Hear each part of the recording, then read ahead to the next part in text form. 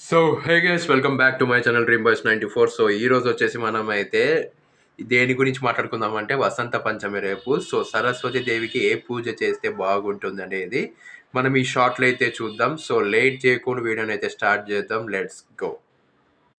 So guys రేపు వచ్చేసి మనకి వసంత పంచమి కాబట్టి రేపు మన సరస్వతి దేవి అయితే స్వయంగా భూమి మీదకి వచ్చి ఇక్కడైతే విహరిస్తుందని భక్తుల నమ్మకం. సో రేపు మన సరస్వతి దేవికి విద్యనిచ్చే దేవికి మనమైతే పూజ చేశాము అంటే మనకున్న కష్టాలు, కన్నీళ్ళు, బాధలు, భయాలు, different different types of problems and bad phase and చెడు దృష్టి అండ్ నరదృష్టి ఇవన్నీ తొలగిపోయి మనకైతే ఓన్లీ సంతోషం అయితే మన దగ్గర ఉంటుంది.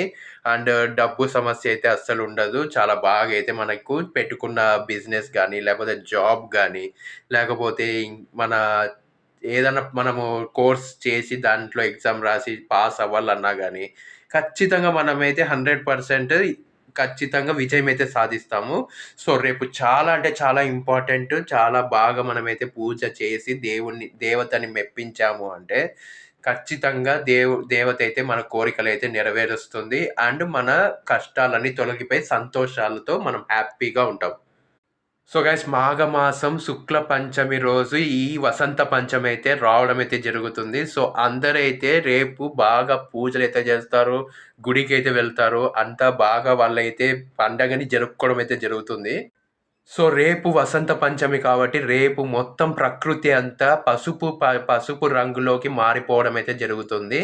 ఎందుకు అంటే పసుపు చాలా రేపు చాలా ఎక్కువగా యూజ్ చేస్తారు. సో అది ఎందుకో గూడా చెప్తాను. చివరి వరకు చూడండి. ఎక్కడ స్కిప్ చేయొద్దండి. సో ఈ పసుపు ఎందుకు వాడతారు అంటే రేపెందుకు వాడతారు అంటే ఇదొచ్చేసి శుభం జరుగుతుంది. రేపు గనక పసుపు వాడి మనమైతే దేవతకి పూజ చేశాము అంటే ఖచ్చితంగా శుభప్రదంగా ఉంటుంది. సో మనకు చాలా జ్ఞానాన్నయితే ప్రసాదిస్తుంది. సో జ్ఞానాన్ని ప్రసాదిస్తుంది కాబట్టి రేపు ఇది వాడడం చాలా అంటే చాలా శుభప్రదం. సో రేపు పసుపుని గూడా యాడ్ అయితే చేసి మీరైతే చెయ్యండి పూజని. ఖచ్చితంగా మీకున్న కష్టాలన్నీ తొలగిపోతాయి. సో రేపు సరస్వతి దేవి వచ్చేసి తెల్లటి వస్త్రధారణతో మనకు పవిత్రతను సూచిస్తుంది కాబట్టి ఖచ్చితంగా రేపందరూ తెల్ల వస్త్రాలేసుకొని పూజనైతే స్టార్ట్ చేయాల్సి ఉంటుంది. పూజనైతే ప్రారంభించాల్సి ఉంటుంది. సో అంతకంటే ముందు ఇండ్లునంతా శుద్ధి చేసుకొని మనమైతే చాలా నీట్‌గా అయితే పెట్టుకోవాలి. ఆ తర్వాత పూజ దగ్గర గూడా బాగా క్లీన్ చేసుకొని మనమైతే పూజను స్టార్ట్ చేయాల్సుంటుంది.